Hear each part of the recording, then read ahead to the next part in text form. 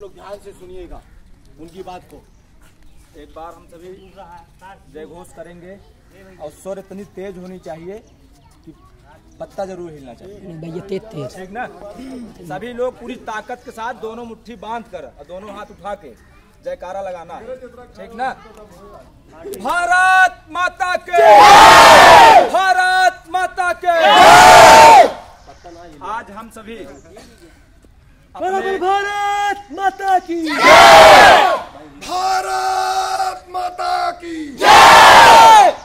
आज हम सभी अपने पृथ्वीगंज क्षेत्र में दो विद्यालयों के सामूहिक सहयोग से पूरे भारत देश में अमृत महोत्सव का अभियान चल रहा है, जिसके तहत हम सभी हर घर तिरंगा अभियान का हिस्सा बनेंगे और अपने अपने घरों पर, अपनी दुकान पर एवं सार्वजनिक स्थलों पर, सामाजिक स्थलों पर, जहां पर हम लोग प्रतिदिन उठते बैठते हैं, ऐसे स्थानों पर तिरंगा लहराकर राष्ट्र के प्रति अपनी भावनाओं को, अपने श्रद्धा को जागृत करने का यह सुनहरा अवसर है। आज़ादी में, इस आज़ादी की लड़ाई में हम लोगों को अवसर नहीं मिला था, लेकिन एक ऐसा अवसर मिला है कि देश आज़ाद होने के बाद हम लोगों को तिरंगा फहराने का अवसर मिला है। स्वतंत्रता की आज़ादी है, 75 वर्ष पूर्ण हो चुके हैं देश को। आज भी हम सभी अपने राष्ट्र के लिए एक होकर, संगठित होकर आवाज़ उठाने का यह समय है। इस देश में युवा वर्ग अत्यधिक हैं और यह देश सदैव युवाओं पर निर्भर रहता है।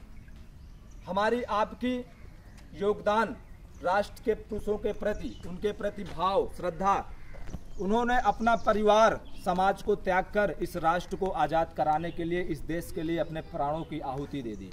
कुछ लोगों को हम लोग जानते हैं, कुछ लोगों को नहीं जानते हैं। ऐसे 7 लाख से अधिक भारत माँ के वीर सपूतों ने दिन रात कड़ी सी कड़ी मेहनत करते हुए अपने आप को देश के लिए समर्पित कर दिया। आज उन्हीं की देन है कि हम सभी स्वतंत्र होकर भारत देश में अपनी आवाज़ को बुलंद करते हैं। यह एक ऐसा अवसर है इस अमृत महोत्सव के रूप में, या एक ऐसा अमृतकाल चल रहा है जहां हम सभी अपने राष्ट्र के स्वतंत्रता संग्राम सेनानियों को, उनके विचारों को, उनके व्यक्तित्व को पढ़ने की आवश्यकता है, जानने की आवश्यकता है, समाज में बीच उनका प्रचार प्रसार करने की आवश्यकता है। हम आप अपने महापुरुषों को भूल जाते हैं।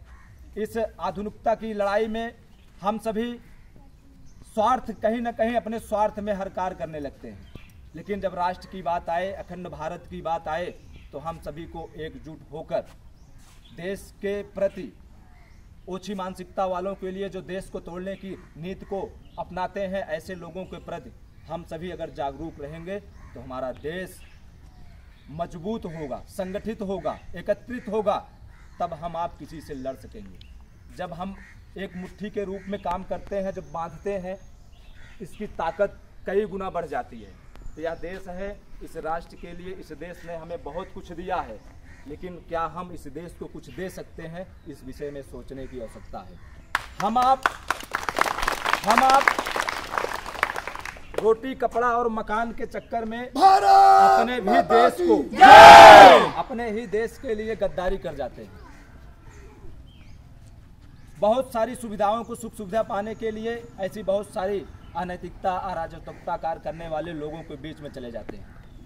लेकिन ऐसा अमृत महोत्सव काल चल रहा है कि हम सभी खुद से 2-4 ध्वज लेकर, तिरंगा लेकर अपने आस पड़ोस के लोगों के बीच में देने का कार्य करें, वो भी इसे एक त्यौहार के रूप में मनाएं। आज़ादी बहुत कठिनाई से मिली थी। आपके आस पड़ोस में जो स्वतंत्रता संग्राम सेनानी रहे होंगे, उनके यहाँ जाना चाहिए, उनसे मिलना चाहिए।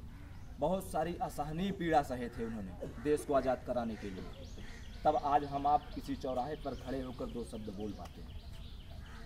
सदैव देश आज़ाद रहे, आज़ाद था, आज़ाद है और आज़ाद रहे की भावना में निरंतर चलता रहे, इसके लिए हमें आपको आवाज़ उठाने की आवश्यकता है।